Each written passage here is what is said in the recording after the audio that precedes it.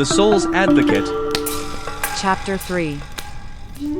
I Can't Breathe. It was an early Sunday morning. I was about 4.5 years old.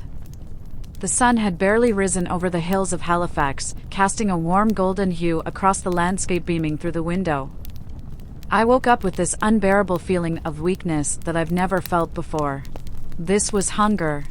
I've felt hunger before this morning, but not to this degree. This must have happened once or twice before when I was sick and without appetite. The other time, my mother was either at work or out with my father. Me being the vibrant kid that I was, I probably had a busy afternoon, playing to exhaustion, and fell asleep before dinner time, which would mean that whoever was my appointed caregiver either never thought it wise to wake me to eat before bed, or maybe just simply forgot. I remember having the urge to get up to wake my mother and file a complaint about this atrocious act that took place in her absence the night prior, but just couldn't find the strength to pick myself up. The scent of ripe mangoes, radiating from the kitchen, was inspiring, but yet somehow wasn't enough to kick my body into motion. The smell of mangoes on Sunday mornings was the usual signal that my grandmother brought home groceries after work on Saturday night. I rolled myself off the bed and stumbled my way to my mother's bedroom door and dropped as if I was on my last breath. I know that it was way too early to wake anyone in the house, let alone to be fixed a special separate breakfast for just me, but I simply couldn't wait. It was frightening, and I thought I was dying. With what energy I could muster, I desperately wept, "Mommy, Mommy." I was shy to wake her because I was afraid of upsetting her, but I figured that if she saw my condition she would have nothing but compassion. My mother wasn't as aggressive with me at this age, because I was still very small and even at times referred to as the baby by my father. But she was very aggressive towards my older brother, my grandmother, and even other people in the neighborhood, so to keep things simple, let's just say that I've witnessed her wrath. "Mommy!" A little louder with each call. Eventually she responded, "Yes, Kadian." This respond discouraged me because even though I was only 4.5, I was smart enough to understand that when a person says your name in response to your call, it had the aroma of annoyance all over it. "Me hungry," I exclaimed desperately. "Me soon come," she said, in a sleepy, not yet ready to get out of bed kind of tone. The sweet scent of robin mangoes plagued my little mind, which triggered me into survival mode. However, I was not crazy enough to interfere with the groceries without an adult's permission. My next thought was to go to the water tank outside of our house. This was also grounds to be punished, but to me it made more sense, because it would have been a lesser offense than climbing up on the kitchen counter and taking one of the mangoes. Besides, stealing was simply not an option. So water it was, I thought. I'm just going to sneak out to drink a few sips and quietly make my way back inside without blowing my cover. I carefully opened the back door, not making a squeak. Offense, count 1. Then I walked to the tank, which was forbidden to anyone who didn't have the word teen attached to their age.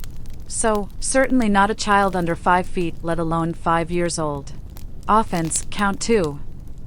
I remember contemplating walking up to the steps of the tank, risking being caught and yelled at by anyone who would walk by and saw me.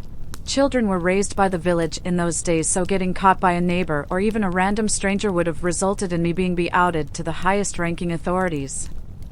Mommy and Daddy. Our next-door neighbors, the Smiths, who will be mentioned several times in following chapters of this book, played a great role in our lives and in the neighborhood by keeping an eye on things. We're disciplinarians and very strict Christian folks,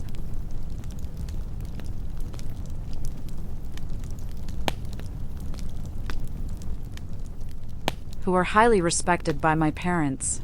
So getting caught by anyone from that house would make hunger the least of my problems. Mr. Smith, who would normally be awake in the wee hours of the morning sitting on his veranda drinking coffee, was my last hurdle if I was to pull this off. So I held my head low and tiptoed towards the steps of the tank, then peeked over at his house to make sure that he wasn't there. He wasn't. That was my first miracle since waking up. As I got to the top of the stairs, I noticed that the pan that was used to haul the water was a little over halfway filled. I was relieved because this meant that I didn't have to try to fetch the water on my own. So if I did get caught, this would lighten my sentence. I quickly ran down the steps with the pan. Although I was successful up to this point, I still wasn't in the clear because I left my brother sleeping in our bedroom, which was less than 10 feet from the tank. And he wouldn't even rat me out to Mother. He would be sure to get a few licks in for this. And then rat me out. As desperate as I was, I had to be careful. I remember the coolness of the metal pan, glazed with overnight dew, sent a jolt of energy through my hands. Sure, this wasn't food, but it would help for now. I ducked as low as possible and hid in the shade behind the stairs, then cupped my hands and scooped up big handfuls of water. It wasn't as tasty as mangoes or my mother's Sunday morning fried plantains, but it was the most delicious water one could have blessed their hands in. After a few gulps, I felt another wave of that said weakness came over me once more, but more aggressively this time. I started to notice that my breath was a bit labored. I imagined that I may have swallowed a little too fast and just needed to take a break. But the feeling didn't subside. I frantically grabbed my throat and stuck my tongue out, trying to gasp for air. With each breath, I felt my throat closing up tighter and tighter. This was serious. Immediately, I started to panic. With the thought of my explanation of not only why I was outside of the house, but out by the deadly forbidden tank that I was vehemently warned about. Oh God! What am I going to do? I can't breathe. I quickly ran back to my mother's bedroom door, banging with the fear of God, thumping throughout my little body. Mommy, mommy! Me can't blow! Me can't blow! My mother rushed to the door panicking. Jesus Christ, what happened to you? I said, me don't know, me can't blow. She broke down crying, shouting for my dad, who came rushing to my aid. What happened to him, Joan? Rest, rest, rest. Take a deep breath and rest, he beseeched. I could see the fear in both of their eyes, which made me panic even more. At this point, the entire house is awake.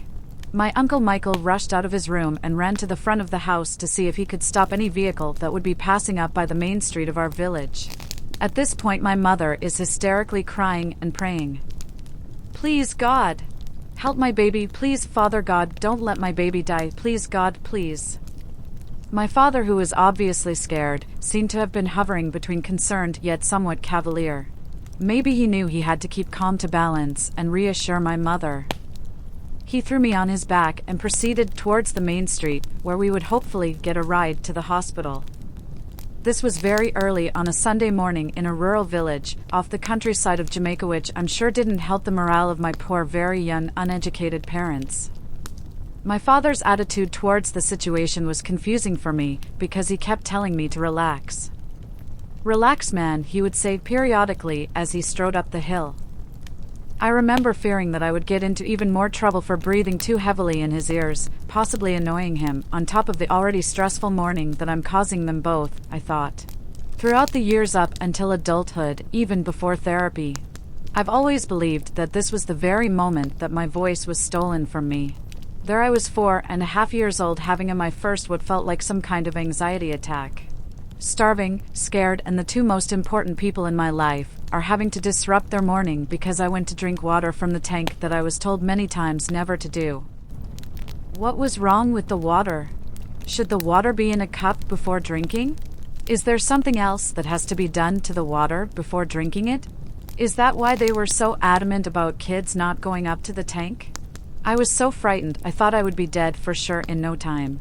And it would be all my fault, and I would be in the most trouble than any other little kids, because I should have listened.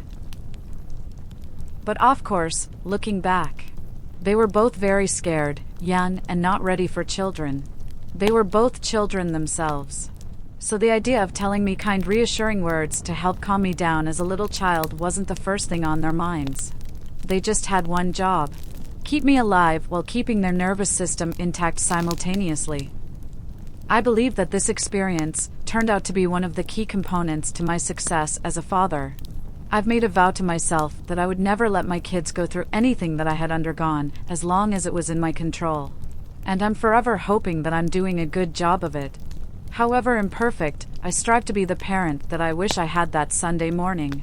And each day I make sure I do so while balancing these punctures in the fabric of my innocence. We arrived to the top of the hill. Hearing the commotion from my mother and uncle crying and shouting for help, my neighbors Mrs. Daphne and her husband Mr. John Tom came out to their front yard offering moral support. "Oh God, you all right, baby?" Mrs. Daphne asked in the most comforting manner. I remember getting some relief from this. I will elaborate more on this later on in further chapters, but it is my belief that the power of us humans are far greater than we were taught to believe. That's as far as my memory serves me with that experience. With what I know now from my own research and understanding human behavior and psychology, this was my brain protecting me from the trauma of that event, which will soon occur once more, in the following years. I wonder if they would have given me one of those damned mangoes would this episode have passed sooner.